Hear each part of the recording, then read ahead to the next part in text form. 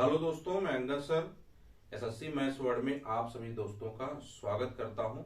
तो दोस्तों, जैसा कि मैं वैदिक काल आपको पढ़ा रहा था, वैदिक काल में मैंने आपको ऋग्वेद, यजुर्वेद, सामवेद, अथर्ववेद के बारे में जानकारी दी थी।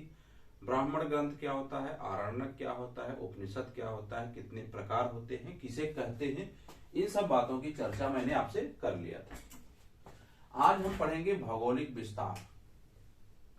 भौगोलिक विस्तार किसका पढ़ेंगे? पूर्व वैदिक काल का। तो पूर्व वैदिक काल का भौगोलिक विस्तार पढ़ेंगे और उत्तर वैदिक काल का भी भौगोलिक इतिहास विस्तार पढ़ेंगे। इसके बाद हम उत्तर वैदिक काल का ऐतिहासिक विस्तार पढ़ेंगे, ठीक है, और पूर्व वैदिक काल का भी ऐतिहासिक बार करेंगे, ठीक है। तो हम चूंकि कर रहे हैं भौगोलिक विस्तार पूर्व वैदिक काल का, तो देखिए इसमें क्या है। ऋग्वेद के नदी सूक्त में 25 नदियों का उल्लेख, कई बार प्रश्न पूछ दिया जाए तो याद रखिएगा। ऋग्वैदिक काल में जो नदी सूक्त है, ऋग्वेद में नदी सूक्त, उसमें 25 नदियों का उल्लेख है। इसमें आर्थिक दृष्टि से मुख्य नदी है सिंधु नदी। आर्थिक दृष्टिकोण से जो मुख्य नदी है बच्चा क्या है? सिंधु नदी। और सिंधु के पश्चिम में जो अफगानिस्तान में बहने वाली नदियां हैं वो यह है कुभा, कुर्रम, गोमल और स्वात। कुभा प्राचीन नाम है, काबुल नया नाम है, कुर्रम पुराना नाम है, नया नाम कुरमू है, गोमल पुराना नाम है, गोमती नया नाम है, स्वात का सुवास्तु, ठीक है, यानी पुराना नाम नया नाम। तो आर्थिक दृष्टिकोण से अगर देखा जाए तो सबसे मुख्य नदी उस समय ऋग्वैदिक काल में, पूर्व वैदिक काल में कौन सी थी? सिंधु नदी थी। सिंधु नदी को हरिण्यावी भी कहा जाता है क्योंकि इस सिंधु नदी की आर्थिक दृष्टिकोण के नाते जो एक नाम है वो है हिरण्याणी। क्या नाम है? हिरण्याणी। यानी कहने का मतलब आर्थिक दृष्टिकोण से मुख्य नदी थी सिंधु नदी। यहां पर ऊनों के व्यवसाय के कारण इसका नाम सुवासा या वर्णावती नदी भी कहा जाता है। ऊन का व्यवसाय इसी नदी के किनारे होता था, इसलिए इसका नाम क्या होता है? सुवासा या वर्णावती नदी। ऋग्वेद में सर्वाधिक बार अगर किसी नदी की चर्चा हुई है तो वह सिंधु नदी है। जैसे आपसे कई बार पूछा जाता है कि ऋग्वेद काल में सबसे ज्यादा बार किस नदी का उल्लेख हुआ है, तो सबसे ज्यादा उल्लेख जो है सिंधु नदी का हुआ है, ठीक है। दूसरा जो है मुख्य नदी थी उसका नाम है सरस्वती। ऋग्वेद में इसे नदीतमा के नाम से जाना जाता है। किस नाम से जाना जाता है? नदीतमा। ये सप्त सिंधु प्रदेश है। इसके इधर उत्तर में हिमालय था, ईस्ट में यमुना थी और इधर का भाग अफगानिस्तान का पूर्वी भाग था, ठीक है। यमुना के पैरेलल थी। अब देखिए सिंधु नदी के ही पश्चिम में कुभा, कुर्रम, गोमल और स्वात नदियां थी। और सिंधु नदी के पूर्वी जो नदियां थी वो 5 नदियां थी, बीतस्ता, अस्किनी, परुषणी, सुतुद्री और बिपाशा। ये 5 नदियां थी।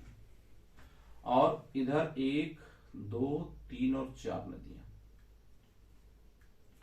तो पश्चिम की सहायक नदियां ये थी अफगानिस्तान में, कुभा, कुर्रम, गोमल और स्वात। इधर पूर्वी नदियां देखेंगे, बीतस्ता, झेलम, अस्किनी, चिनाब, परुषणी, रावी, सुतुद्री, सतलज, बिपाशा, ब्यास।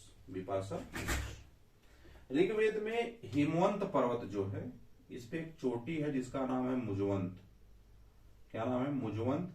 इसी जगह से सोम नामक वनस्पति प्राप्त होती थी, ठीक है, जिसे लोग पीने में प्रयोग करते थे। तो सोम नामक वनस्पति मुजवंत पहाड़ी पर, मुजवंत चोटी पर, हिमवंत पर्वत पर मिलती थी, ठीक है। ऋग्वैदिक आर्यों की उत्तरी सीमा क्या थी? हिमालय थी। उत्तरी सीमा ये क्या थी? हिमालय थी।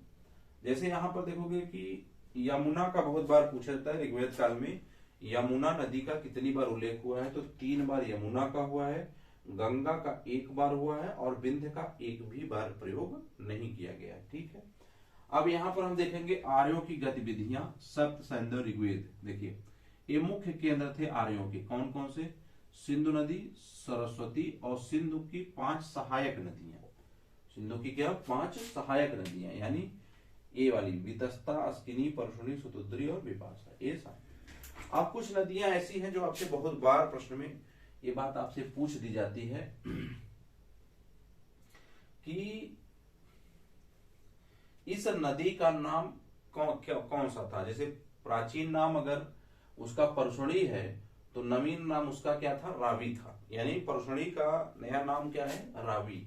वितस्ता का झेलम, अस्किनी का चिनाब, सुतुद्री का सतलज, विपाशा का ब्यास, सदानीरा का गंडक, सुरसती का सरस्वती। तो देखो विपाशा, सदानीरा, अस्किनी, वितस्ता, परशुणी और एक विपाशा, ये तो मुख्य रूप से इतना याद रखना है।